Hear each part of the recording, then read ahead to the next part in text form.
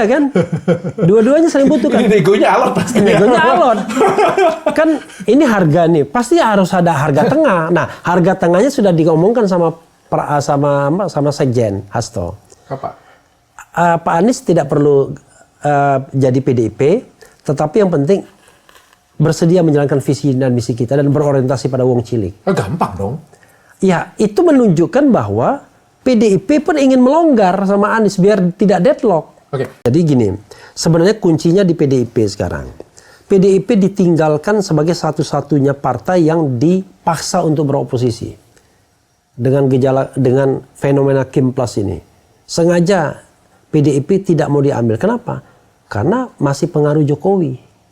Jokowi ya tidak mau dia merekrut PDIP, dan sebaliknya PDIP nggak mau juga dengan Jokowi kalau ada elemen Jokowi atau Gibran di sana. Karena itu pilihan beroposisi bagi PDIP itu adalah pilihan terpaksa. Nah, pertanyaannya adalah kalau PKS sudah tidak beroposisi juga masuk ke istana, dia mau cari kawan siapa? Kan kalau nggak ada kawan kan mati dia lama-lama. Kalau PDIP juga menganggap tidak bisa mengendalikan Pak Anies, tentu kan ada pertimbangan ke sana. Karena ini kan memberikan peluang ke Pak Anies sama dengan memberikan peluang dia untuk 2029. Iya, that's right. Ya kan? Dan menurut sejarah berapa tahun juga kan tidak ada hubungan yang harmonis antara PDIP dan Pak Anies ya, berseteru terus ya, secara berkontestasi lah kita bilang ya. Sebenarnya bukan dengan PDIP, dengan Jokowi. Ya dengan Jokowi ya. Tapi kan intinya berkontestasi mereka, tidak pernah satu gerbong ya kita bicara ya.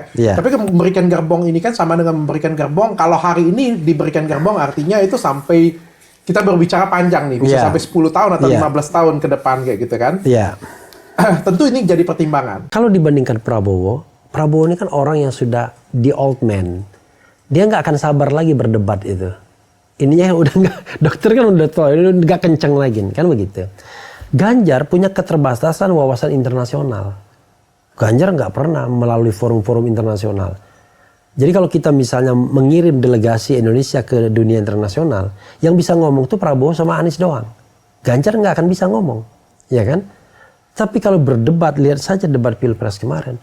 Kalau untuk kasus ini, saya mengatakan ini putusan yang benar. Makanya waktu saya orasi kemarin depan DPR, saya bilang ini putusan yang benar.